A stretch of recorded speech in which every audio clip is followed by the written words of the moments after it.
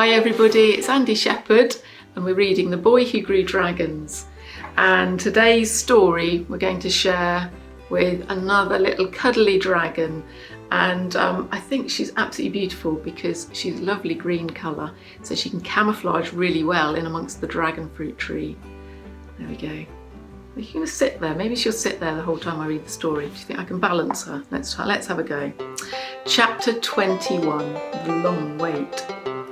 After school, we were sitting around my room talking about caterpillars. Ha, only kidding. I just wanted to see if you were paying attention. Obviously, we were talking about dragons.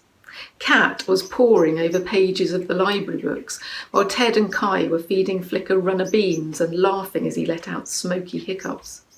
Have you read this? Kat asked. About the legend, I mean. Yeah, I said.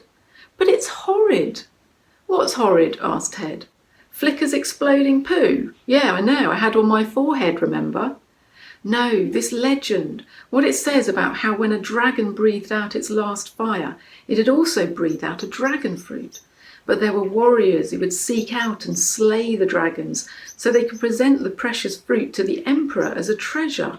It's so cruel, she said crossly. The others nodded.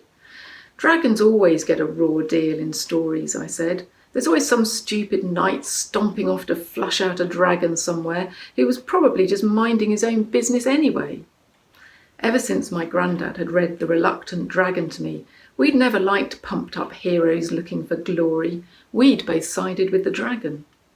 We all looked at Flicker, who had settled on my lap. Kat reached over and stroked him. I hope they were just stupid stories, she said quietly. How could anyone hurt something as fantastic as him? So you're sure these flowers mean more fruit is coming? Ted asked for the gazillionth time. Yes, I sighed, I'm sure. I told you, first you get these long feathered tendrils, then over one night these moon-white flowers blossom, and after that the fruit starts to grow. When they're red, they're ready to hatch. So now all we have to do is wait, Ted groaned. I don't know about you, but I find waiting for something is just about the hardest thing to do in the world. Imagine if Christmas, your birthday, and a trip to Disneyland all happened to be on the same day, and you'd just been told you could be magic for that day and ride there on a flying carpet while being served free ice cream sundaes. But first you had to wait. And you didn't even know how long. So imagine yourself that excited, and that's about half as excited as we felt. Every day before school, I raced over to Nana and Grandad's, hoping to see signs of the fruit.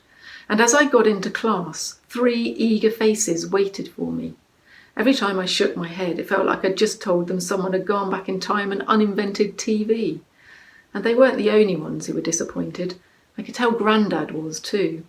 He kept asking if I was coming back in the afternoon to help out, but ever since I'd told the others the truth, all they wanted to do was play with Flicker, and I didn't want to miss out on that. At last, after several agonising weeks, I ran into school, and I didn't need to say anything, because Ted, Kat and Kai could see the news written all over my face, like I had a neon sign there declaring it. The fruit had come, and although they were only teeny tiny and nowhere near red and ripe, we all knew what it meant. We were officially growing dragons. Okay, come back tomorrow and we'll see what happens when the children really do start growing dragons. Bye for now.